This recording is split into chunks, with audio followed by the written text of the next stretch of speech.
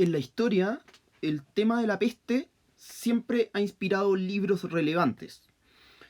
La peste que en el siglo V a.C.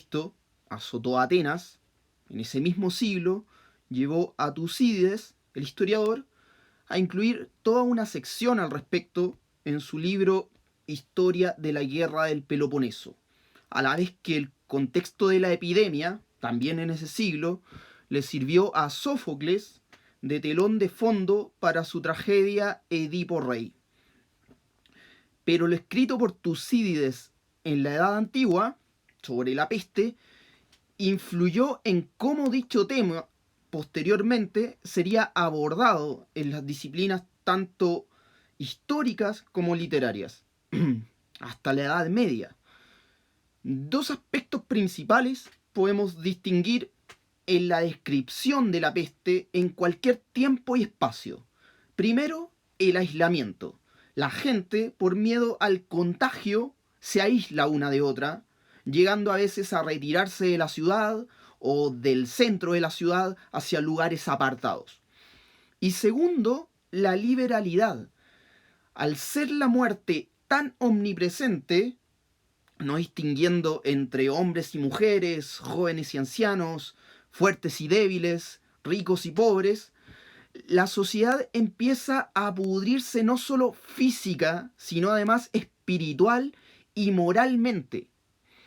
Cuando las personas, ante la inefectividad de las oraciones en lo religioso y las curaciones en lo médico, se entregan a vivir el momento, sin censurar lo que dicen o lo que hacen, sino que ignorando las buenas costumbres y los ideales divinos ante la circunstancia de que la fortuna en cualquier instante vendrá a arrebatar la existencia como si nada. Después de que a partir del año 1348 la peste negra empezara a asolar Europa, lo que culminaría con la muerte de un tercio de la población europea, y además desarmaría las estructuras socioculturales y socioeconómicas de la Baja Edad Media y trazaría la ruina del poder de la Iglesia y sentaría las bases del mundo del Renacimiento.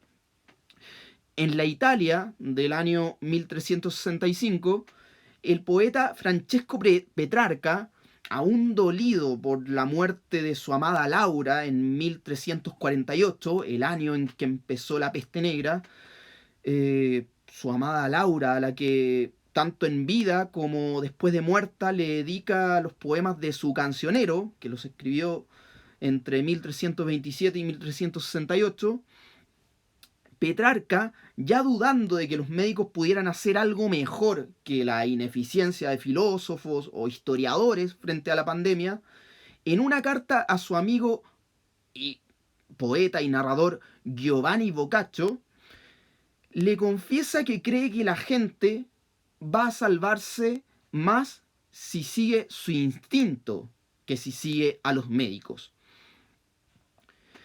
En la Italia del año 1353, o sea, 5 años después de que la peste negra ha empezado,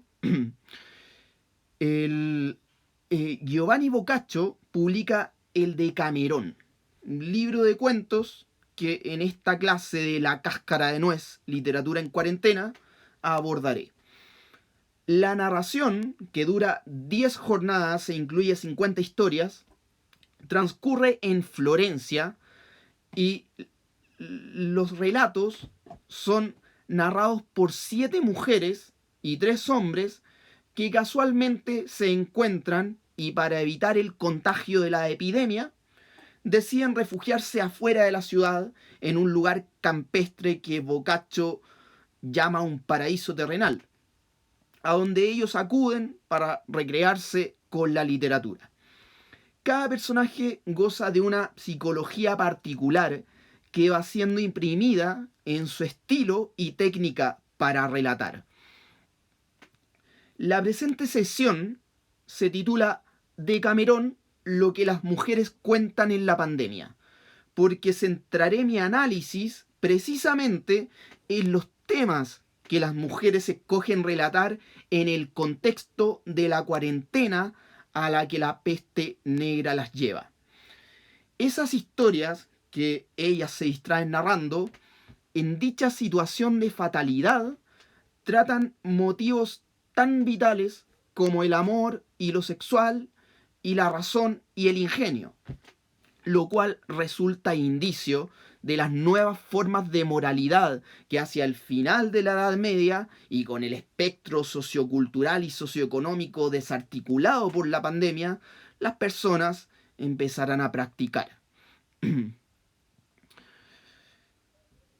Resulta, por decirlo menos, hermoso que el Decamerón, desde su proemio, empiece con una apología de la gratitud, con el autor evocando la ayuda recibida en otro tiempo en temas diversos por sus amigos.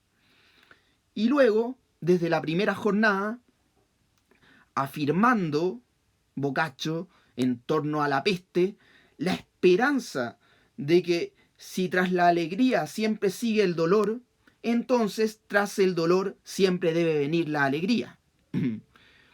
Esa invitación a dar gracias y a alegrarse, de alguna manera, traza lo que acaso sea la pretensión fundamental del Decamerón: reanimar a una sociedad destruida y volver a infundirle el deseo de la existencia en medio de la plaga que Boccaccio llama la ira de Dios, y así lo llama un mal inevitable. Desde luego, en la distracción de la peste y la devastación, las historias de Boccaccio libran a sus personajes de la atmósfera mortuoria que los envolvía y los entregan a uno de los tópicos literarios más recurrentes en el Renacimiento: el carpe diem, o disfrutar el día, aprovechar el momento presente sin pensar en el futuro, considerando que la muerte siempre propende a irrumpir. Esto, a su vez que los relatos ofrecen una imagen de un ideal humano enaltecido por sobre el ideal divino, y que adelanta lo que será la sociedad burguesa renacentista.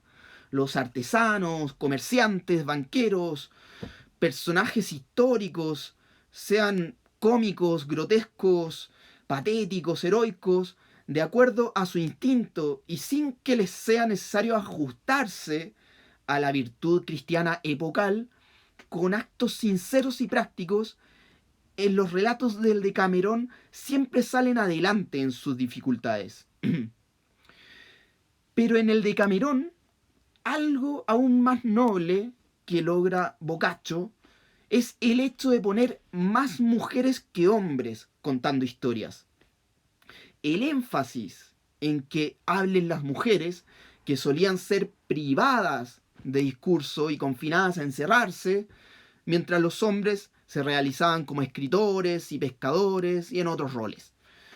En todo caso, las mujeres como cuentacuentos ya figuran en otra obra universal de la literatura medieval, que la abordamos en la clase anterior de La Cáscara de Nuez, que quedó registrada en el Instagram de Museo Palacio Rioja, para quienes quieran volver a esa clase. Las mujeres como cuentacuentos ya figuran en Las Mil y Una Noches, libro en el que la esclava Cherezade narra historias al rey Shahriar con un sentido salvífico.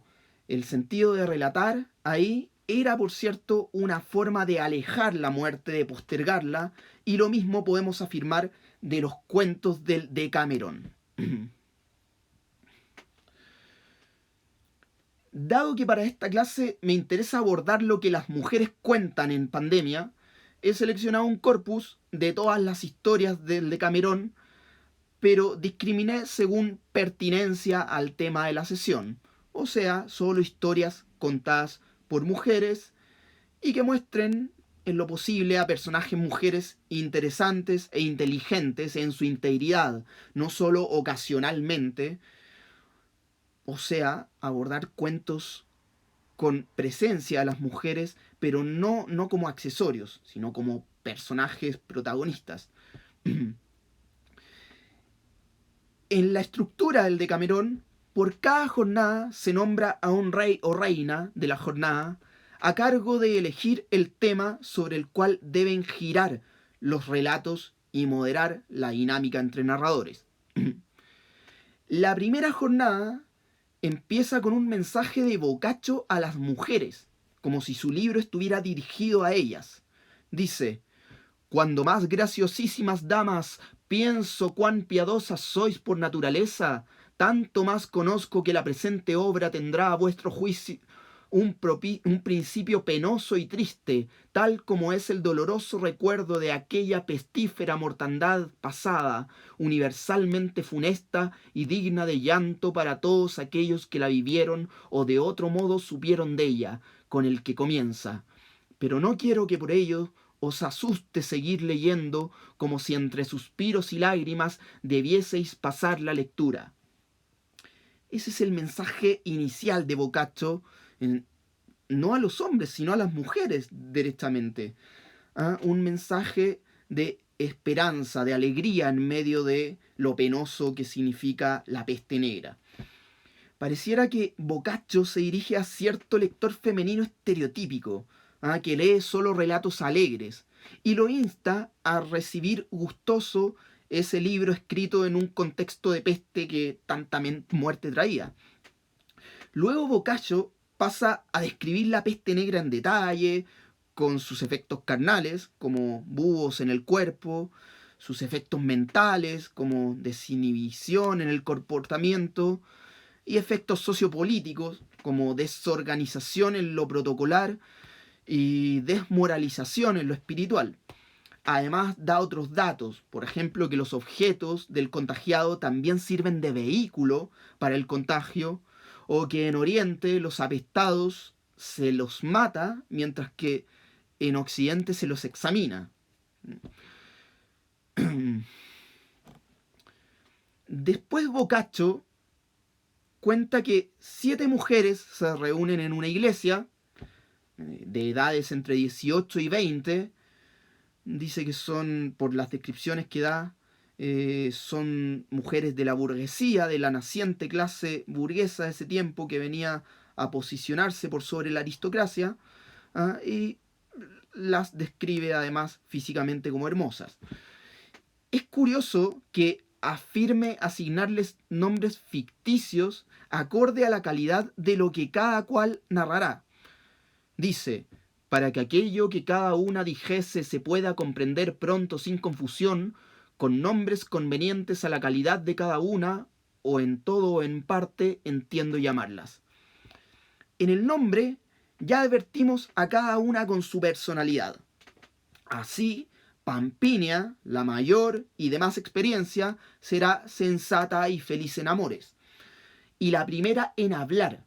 En un largo parlamento se quejará de tener que ver tanta muerte en las calles y de que habiendo tanto éxtasis carnal en todos los estamentos sociales a causa de ese miedo a la muerte, ¿por qué ella y sus amigas, que eran refinadas, no iban a entregarse igual que las otras mujeres a hacer valer el derecho de su cuerpo y de soñar y hacer uso del mismo, e irse al campo, donde dice que otras como ellas abundan, a hacer uso de su tiempo y a disfrutar de su libertad, aunque enfatiza que hasta puntos razonables, o sea, tiene frenos, se empodera, pero a la vez se pone ciertos límites, solo que marcados ya no por la obediencia a los hombres, sino por la prudencia a la vida de cada cual.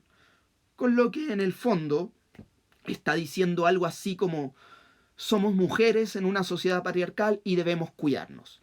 Detalle bastante avanzado si lo pensamos en relación a cómo pudieran haber pensado las mujeres de la época, de las que aquí se muestra que estaban al tanto de los peligros que podían padecer y no muy distintos a los que lamentablemente hoy en día seguimos observando.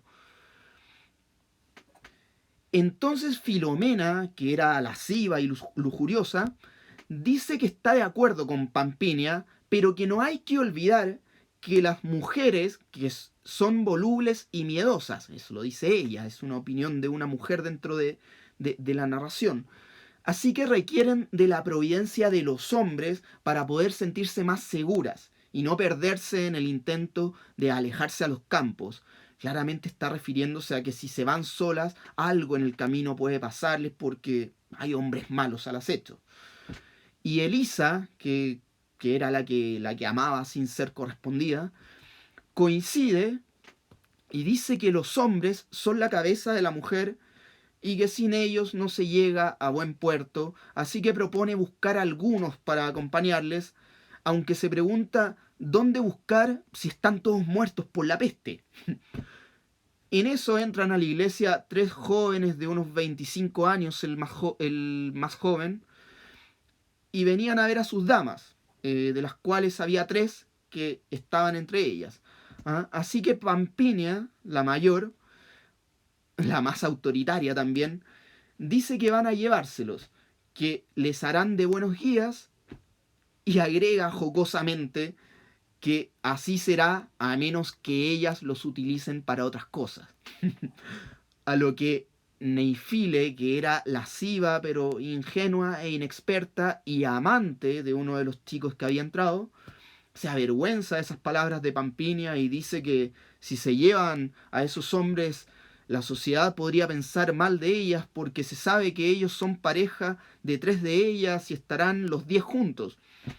Y ahí Filomena, que era liberal sin complejos, dice que en nada le vale lo que otros digan si a ella sus actos, con Dios de su lado, no le remuerden la conciencia.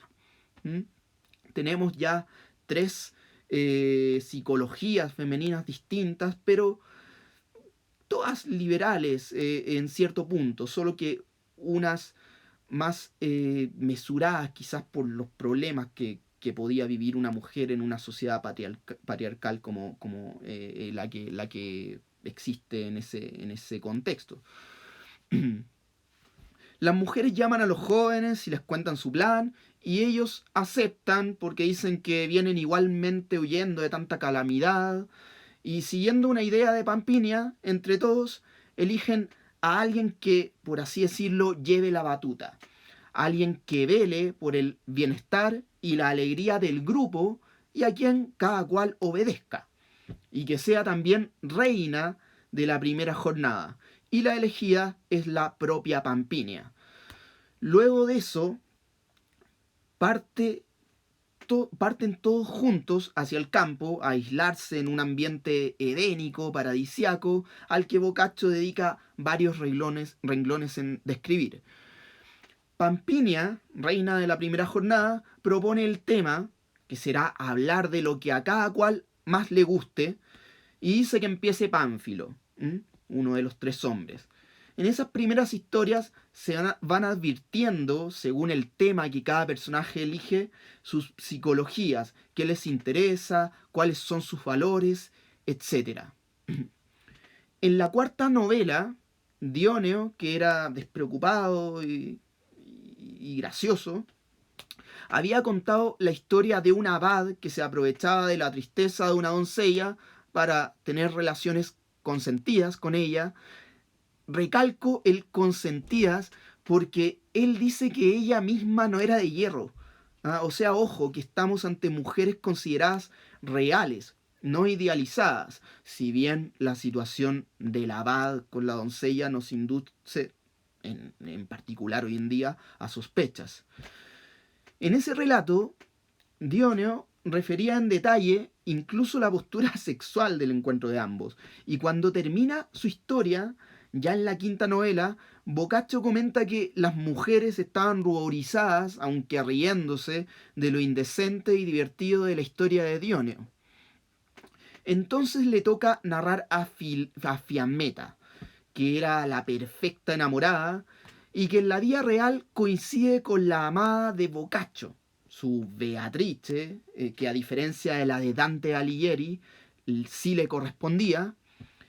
Y ahí Fiammetta empieza diciendo que, a propósito de lo ocurrido en la historia anterior, ahora contaría lo que sucede cuando una mujer para no caer presa de los deseos de alguien de mayor rango social que ella, mediante las palabras se libra, o sea, va a contar el caso contrario del del abad y la doncella.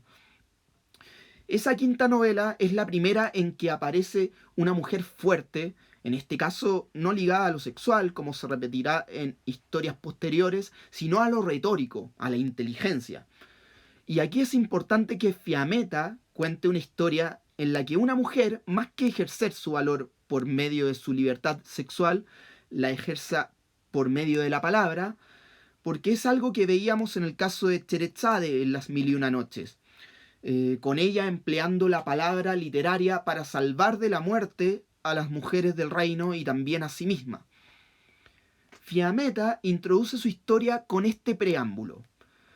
Tanto porque me complace que ya hayamos entrado a demostrar con las historias cuánta es la fuerza de las respuestas agudas y prontas, como porque tan gran cordura es en el hombre amar siempre a mujeres de linaje más alto que el suyo, como es en las mujeres grandísima precaución saber guardarse de caer en el amor de un hombre de mayor posición que la suya, me ha venido al ánimo, hermosas señoras, mostraros en la historia que me toca contar cómo una noble dueña supo con palabras y obras guardarse de esto y evitar otras cosas.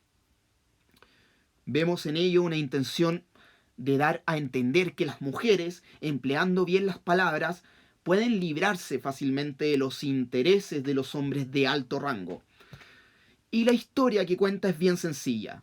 El rey de Francia visita a una marquesa cuyo esposo está de viaje, y ya que ella goza de fama de ser hermosa, el soberano va con intenciones libidinosas, de lo cual la mujer se percata y para evadirlo elegantemente, sin poner en evidencia los sentimientos del monarca y así, sin arriesgarse a ser condenada por él, recordemos que ella era de un rango social inferior, prepara platos diferentes, pero solo a base de gallinas, al punto de que el hombre, en un momento, al ver que cada cosa distinta que comía tenía origen en las mismas gallinas, le pregunta a la mujer si acaso en esa tierra solo nacen gallinas sin macho, a lo que ella le responde: no, monseñor, pero las mujeres, aunque en vestidos y en honores algo varíen de las otras, todas, sin embargo, son igual aquí que en cualquier parte. Con lo cual le deja claro que no tiene que salir a buscar la gracia de las mujeres a otros lugares, si éstas en todas partes son iguales y en sus aposentos él ya tiene a muchas, entendiendo el rey el mensaje secreto y devolviéndose a su reino sin intimar con la marquesa. En el fondo, la mujer, discreta pero inteligente, está diciéndole al rey lo siguiente: señor, sea usted más creativo e ingenioso y obtenga la exquisitez de las mujeres con que ya cuenta, así como yo de pocas gallinas he hecho variados y deliciosos platos.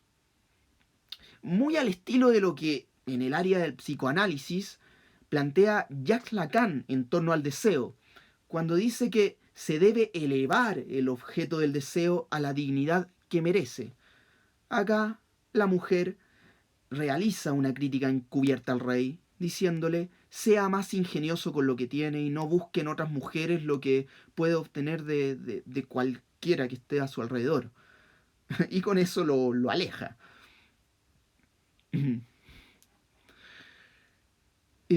Si es que tienen preguntas, bueno, voy viendo que aparecen los comentarios en pantalla. Dado que el de Camerón es extensísimo y quiero abordar todo lo que me propuse abordar, no estoy planteando yo las preguntas, pero si ustedes tienen dudas, inquietudes, por favor háganmelas saber aquí en los comentarios.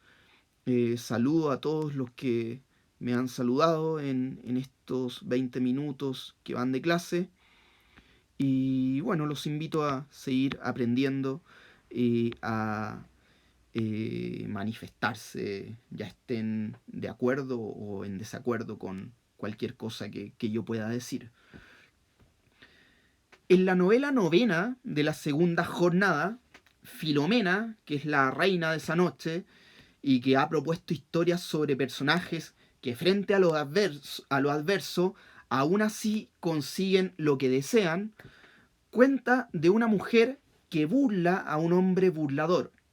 No referiré el relato, pues la mujer no tiene mucha preponderancia en esa historia, pero sí destacaré que la visión de Filomena respecto de los hombres incluye un detalle bien interesante.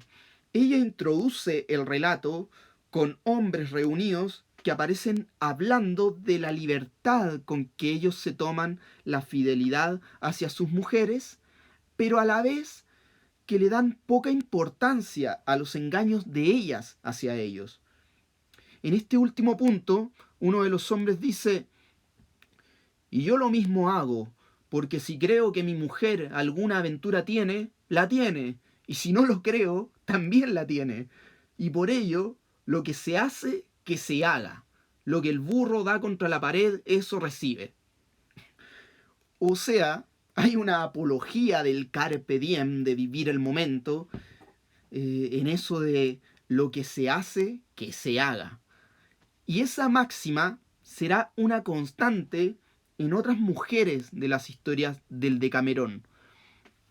En la novela tercera de la tercera jornada, la misma Filomena contará la historia de cómo una mujer puritana logra, gracias a un confesatorio con un fraile y sin que éste se dé cuenta del favor que a ella le hacía, cómo logra concretar un acto carnal con un hombre del que gusta, siendo ella casada. La mujer del relato era de alto linaje y casada con un lanero de grandes riquezas, pero el cual le resultaba poco interesante. Así que ella decide buscar a alguien de un linaje inferior, pero que le entregue mayor satisfacción. Entonces se fija en un hombre de mediana edad y todas las noches quiere frecuentarlo, pero tampoco quiere caer en pecado. Así que se sirve de un amigo de él, de un sacerdote, para lograr ese cometido. Le dice al cura, mintiéndole, le dice que su amigo la desea y que ella, que está casada con un hombre al que jamás le sería infiel, se siente impura de ese deshonor, así que por favor vaya y reprenda a este otro. Lo cual el cura hace, pero tiempo después la mujer vuelve y le dice que el hombre no entendió, que sigue acechándola, a lo cual el cura vuelve a reprenderlo, pero una tercera vez la mujer insiste en que el hombre es un hijo del diablo y no acata razones, así que el religioso, ya harto, le da permiso a la mujer para hacer lo que ella estime conveniente, o sea, a denunciarlo públicamente si es necesario, para que el hombre no la moleste.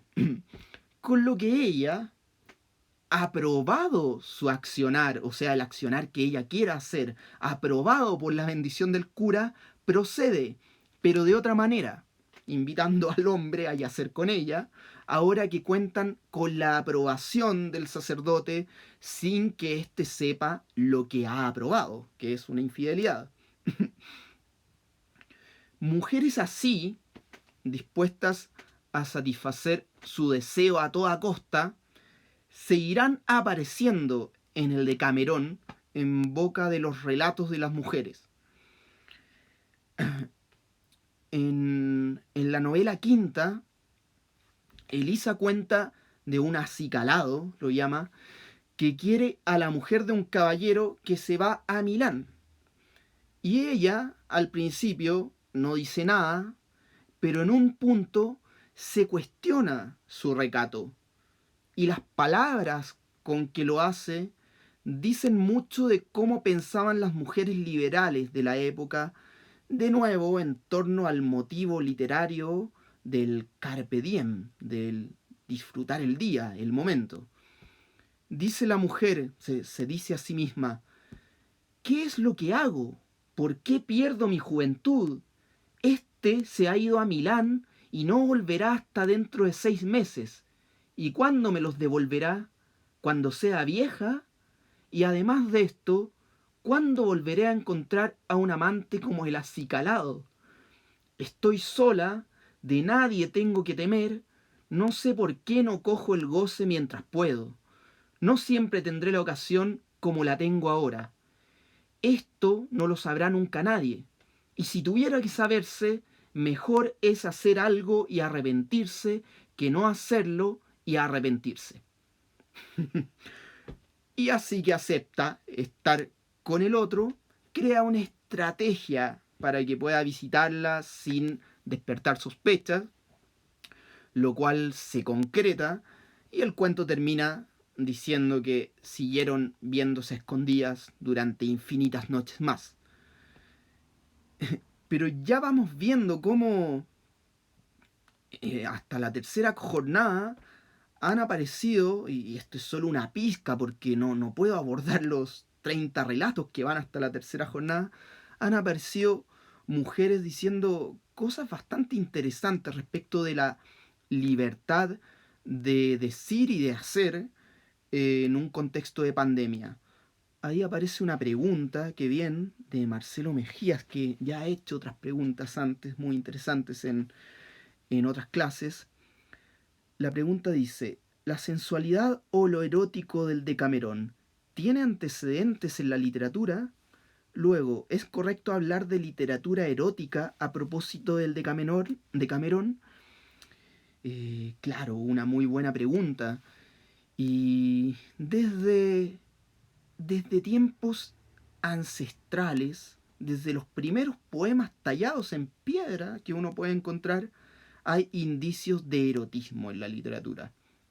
Este, si nos vamos a la edad antigua, a lo que escribían los poetas griegos, encontramos registro del erotismo, pero a mi juicio, donde mayor se presenta ese recurso con sus técnicas pertinentes es en un libro del siglo I escrito por Ovidio titulado Ars Amatoria o Arte de Amar, en el cual Ovidio lo que hace es enseñarles a mujeres, a hombres y mujeres de la Roma de ese tiempo, cómo conseguir presas, por así decirlo, hombres y mujeres, no solo hombres, sino que se refiere a todo aquel ciudadano de la Roma imperial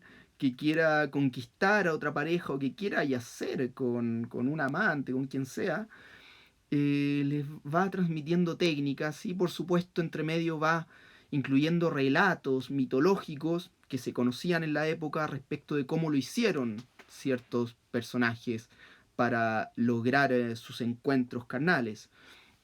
Y en otro libro de Ovidio, en su mayor obra, Las Metamorfosis, en el que cuenta todas las historias que ocurrieron en la mitología griega, las transformaciones de un ser en otro, de una criatura en otro, etcétera, también va refiriendo anécdotas eróticas, diálogos eróticos. Hay uno muy gracioso en el que Júpiter y Juno están discutiendo sobre quién goza más en el éxtasis carnal. Así es que como no se ponían de acuerdo, ella decía que el hombre goza más y Júpiter decía que no, que la mujer goza más.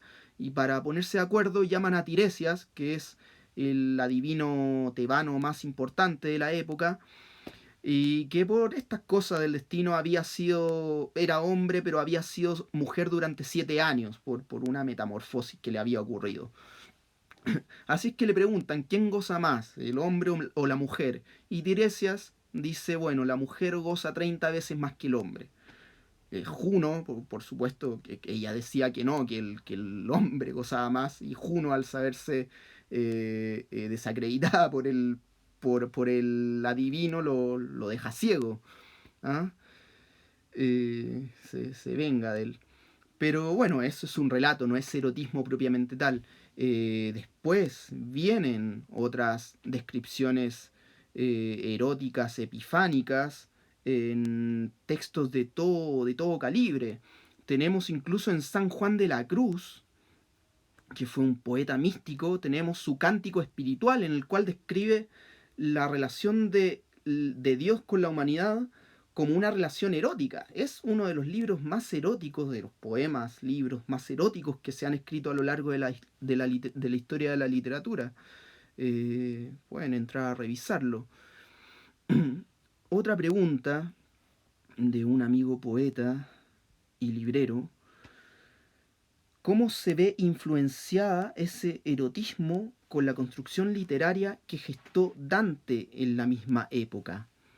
Claro, en Dante, y qué bueno la pregunta porque conectándolo con lo relativo a San Juan de la Cruz y al misticismo, en Dante hay una presencia fuerte de la mujer, pero mucho más epifánica. ¿Ah? Y eso lo advertimos no solo en la Divina Comedia, que es la gran obra de Dante, sino también en la Vida Nueva, que la escribió previamente.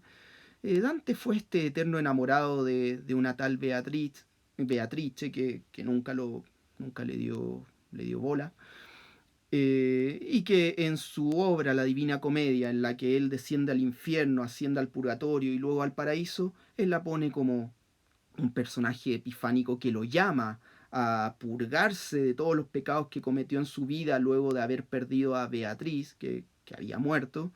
Lo llama a purgarse de su de los males que había, de la lujuria que había practicado en vida, etc.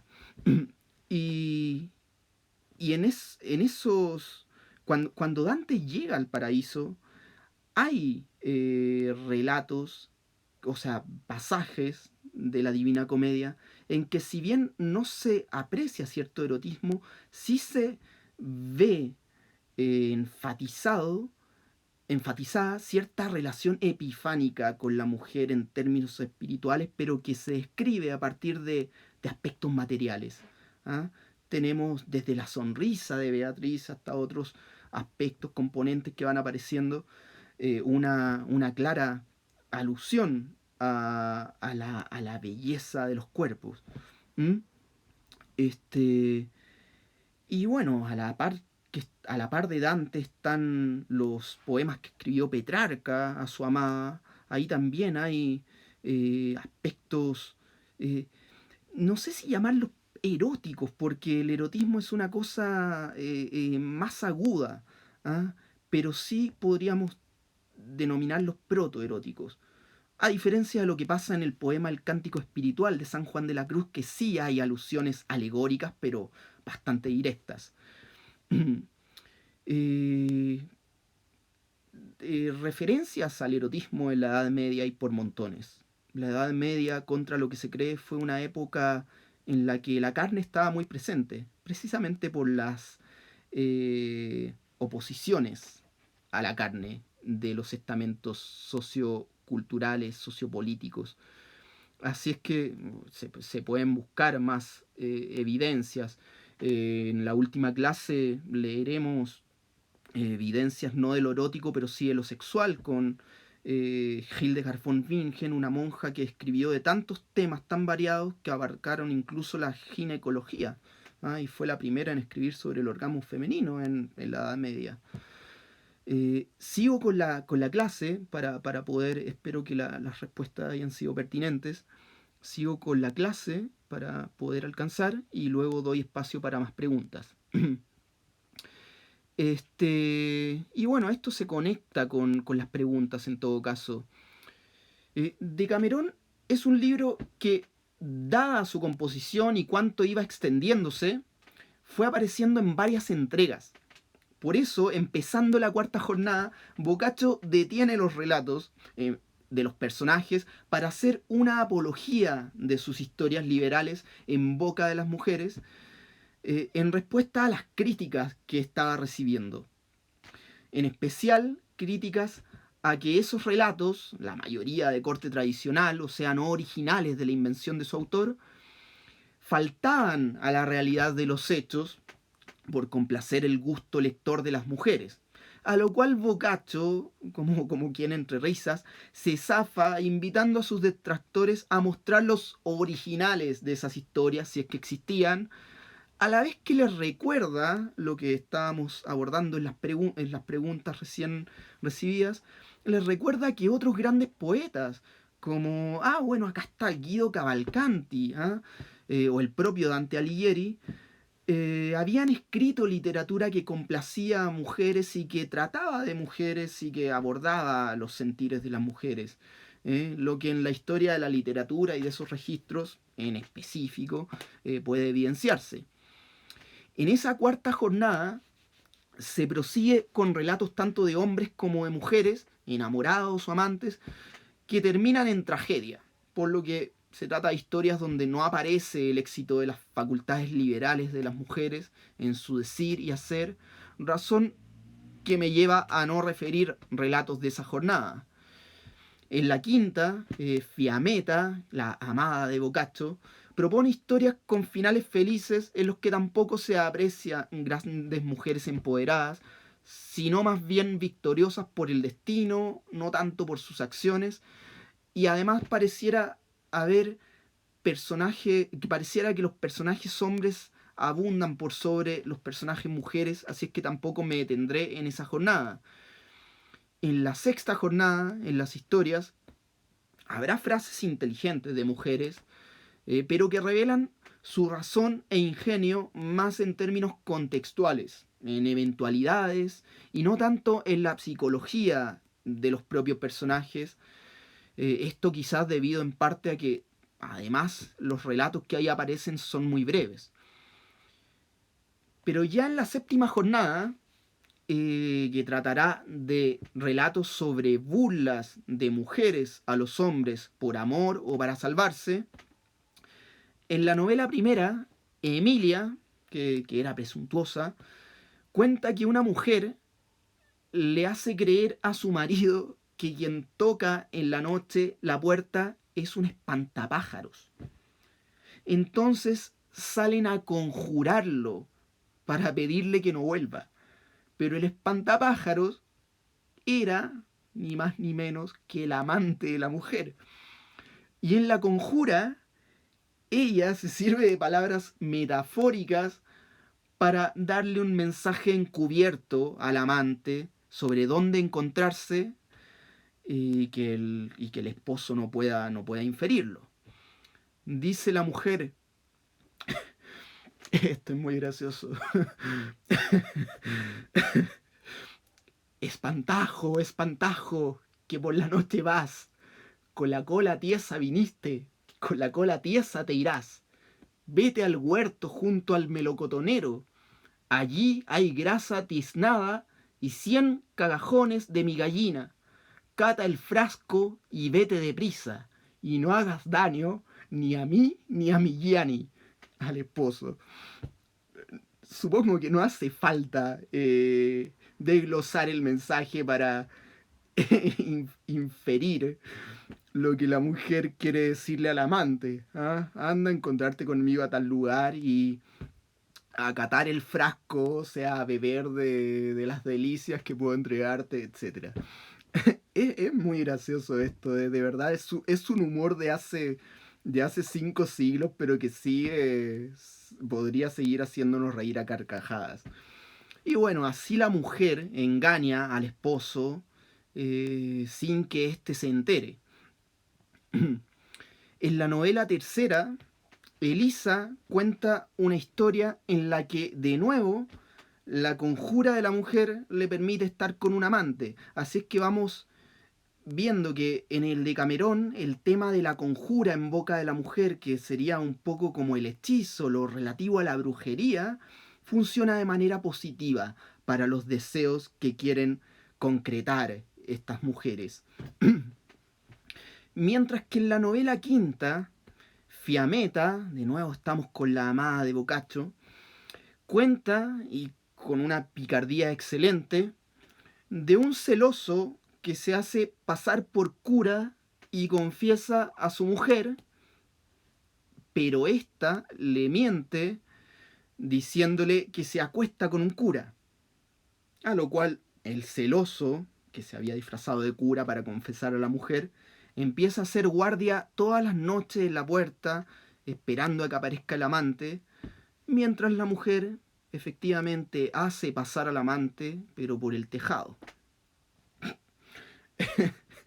Eh, Son historias tradicionales de la época, que se repiten o estilos, estructuras que se repiten en otros corpus de cuentos.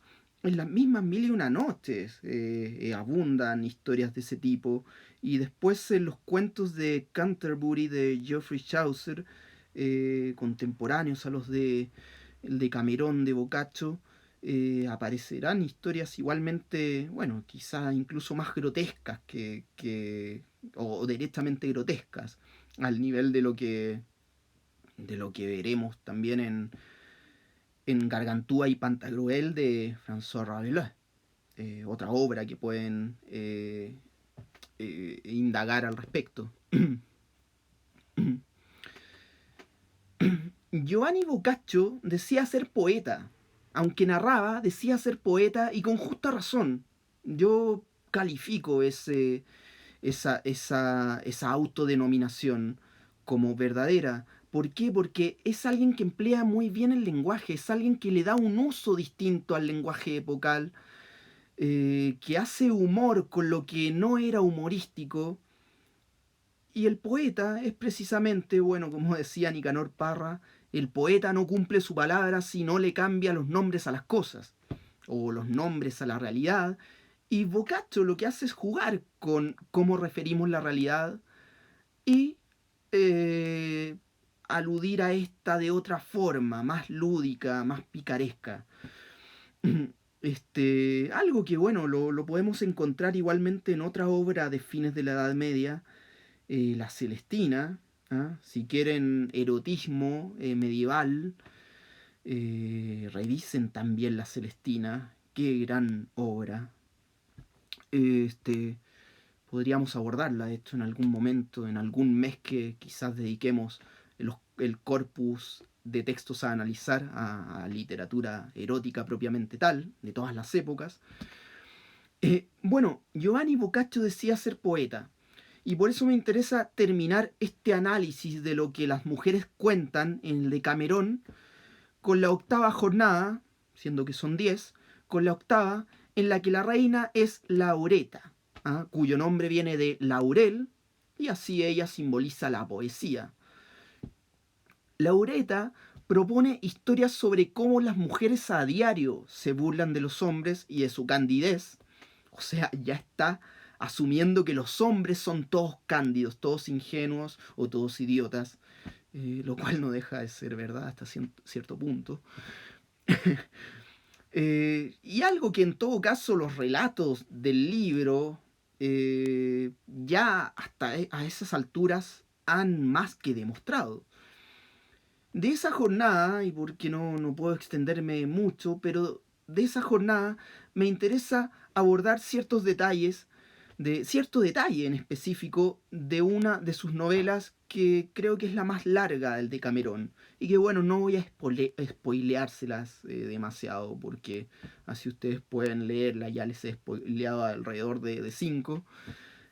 Bueno, tienen otras 95 más para leer. En la novela séptima de la octava jornada, Pampinia, la mayor y con más experiencia, y por ello sensata en lo amoroso, pero que aún así fue de las primeras en el libro en mostrarse liberal, cuenta una historia para aleccionar a las mujeres, como diciéndoles que tampoco hay que ser tan hostiles gratuitamente con los pobres hombres. Con lo que vemos que no todas las burlas de las mujeres resultan en victorias, sino que a veces les son devueltas. Dice Pampinia en el prefacio a su historia: carísimas señoras, muchas veces sucede que las artimañas son con artimañas vengadas, y por ello es de poco juicio el deleitarse en escarnecer a otros. Nosotros nos hemos reído mucho con muchas historias contadas de las burlas que han sido hechas y de las cuales ninguna venganza que se haya tomado se ha contado, pero yo entiendo haceros sentir alguna compasión por la justa retribución hecha a una conciudadana nuestra, a la cual su burla, al ser burlada, casi con la muerte le recayó sobre la cabeza. Y oírlo no os dejará de ser útil, porque así mejor os guardaréis de burlaros de otro y mostraréis buen juicio. Desde luego, es lo que le sucede en esa novela a la viuda que deja al enamorado, al que no ama, lo deja esperándola en el hielo. Dice, he cogido un pavo por la nariz. Y lo deja, se jacta, lo deja esperando en el hielo, congelándose. Y la cual al final termina, les cuento el final porque eso está en el resumen que aparece previo a cada historia, así es que no es un spoiler que la misma historia no incluya. ¿Ah? La mujer al final termina expuesta por el hombre este al que dejó congelándose, burlándose de él, termina expuesta al suplicio contrario, o sea, con la misma proporción, pero a lo contrario. Algo que ocurría con las penas del infierno que pagaban los condenados en el infierno de Dante Alighieri. Ella termina desnuda al sol y entre moscas y tábanos, lo contrario que él que había terminado congelado en el hielo. Y por eso Pampinia termina aconsejando a las mujeres con estas palabras. Así pues, esto fue lo que sucedió a la necia joven por sus burlas, por creer que podía divertirse con un escolar como habría podido con otros, no sabiendo que éstos, no digo todos, pero sí la mayor parte, saben dónde tiene la cola el diablo. Y por ello, señoras, guardaos de las burlas y especialmente a los escolares, a los jóvenes. Todo esto implica que los relatos de las mujeres del Decamerón no son solo un atentado a la moral, sino que también intentan moralizar, solo que desde el consejo de las propias mujeres a otras mujeres. O sea, con una moral originada en la sensatez, en estricto rigor, y no en la sumisión gratuita a la moral que los hombres para su provecho impongan. Bueno, si tienen preguntas, déjenlas porque van quedando 5 minutos. Desde lo escrito por Tucídides en el siglo V a.C., ya evidenciamos en los relatos, en contextos de peste, la observación respecto de que la cercanía de la muerte, de la fatalidad, inclina a las personas más allá del decoro a moverse moralmente hacia el placer, hacia la vitalidad. Al comienzo de la Edad Media tenemos la historia secreta de Justiniano, de Procopio de Cesarea, que refiere estos mismos aspectos. Y en Giovanni Boccaccio, ya al final de la Edad Media, vamos a tener lo que hemos visto. ¿Ah? La gracia de lo que Boccaccio hace está en que en su Decamerón consigue que, no ignorando, no silenciando los embates de la peste ni la inmoralidad, como por ejemplo lo hará Niccolo Machiavelli en su descripción de la peste en 1527, no ignorando esos detalles, sino que recalcándolos, nos dirá igualmente todo lo que históricamente se ha dicho de la peste, pero con una perspectiva positiva, vivificadora. Y para ello pone como personajes y narradores principalmente a las mujeres. Hay una pregunta de Marcelo Mejías ahí. De Cherezade comentaste que era una mujer empoderada. ¿Las mujeres del Decamerón también lo son? Dentro de su contexto epocal, yo diría que sí. Primero, por que son ellas mismas las que deciden llevar a cabo esta reunión en la cual distraerse de la peste, de la muerte, a partir de la palabra. Y son 7, y ellas mismas deciden entre ellas, sin que ningún hombre les imponga, deciden sumar a 3 hombres y los suman por una cuestión práctica. Dicen, no podemos irnos solas porque en el camino puede pasarnos algo. Lo cual, bueno, lamentablemente hoy en día sigue ocurriendo. Así es que es una constante que en la época las mujeres de ese tiempo, aún siendo de la burguesía naciente, lo consideran. ¿Ah? Se van con estos hombres, les dan voz para contar historias, los ponen en la misma jerarquía, en el mismo plano horizontal que ellas, ¿ah? Es solo que ellas son mayoría. Así es que, de alguna manera, van influyendo en la elección de temas, porque hay 7 jornadas en las que 7 personajes mujeres son las reinas de la jornada y por lo tanto ellas eligen los temas. Van imponiendo, van, claro, generando inevitablemente cierta supremacía, ¿ah? Y van mostrándose más, que es lo que Boccaccio quiso hacer. Boccaccio además tiene textos, diríamos, ligados más a lo ensayístico, si bien lo ensayístico no existía en ese tiempo, respecto de las mujeres, y textos muy avanzados que hoy en día, bueno, podríamos leerlos como bien como actuales. Así es que sí, hay un empoderamiento a partir de la palabra. Y luego a partir de la palabra y de poder contar todo lo que ellas quieran sin tapujos, viene el otro empoderamiento que es el de decir lo que las mujeres hacen y decirlo sin miedo a que vayan a terminar en la hoguera, ni mucho menos. Hay un empoderamiento sin duda y es un empoderamiento en una circunstancia distinta a la de Cherezade, pero igualmente en el encierro. Así es que no deja de ser oportuna referirla. Eh, bueno, va quedando poco tiempo, creo que en 2 minutos esto se termina. Si hay alguna otra pregunta, por favor déjenla. Si no, vayan dejándola en los comentarios de esta clase que va a quedar registrada, grabada, para que ustedes la vean cuantas veces quieran, cuando quieran, tomen apuntes, etcétera. Si alguno gusta conocer la bibliografía de la cual yo extraigo todo lo que en lo que me baso para hacer las clases, puede preguntarme por interno, o si alguien tiene cualquier pregunta, sea casual, hágamela saber. Me escriben a Miguel Lassen, todo junto, Lassen con Lahsen. Está mi nombre igual y mi Instagram en las descripciones de los cursos, etcétera. Y bueno, los espero para ya va quedando 1 minuto, los espero para la próxima jornada en la que la próxima jornada, bueno, sí, jornada. Estos son como jornadas de cameronianas.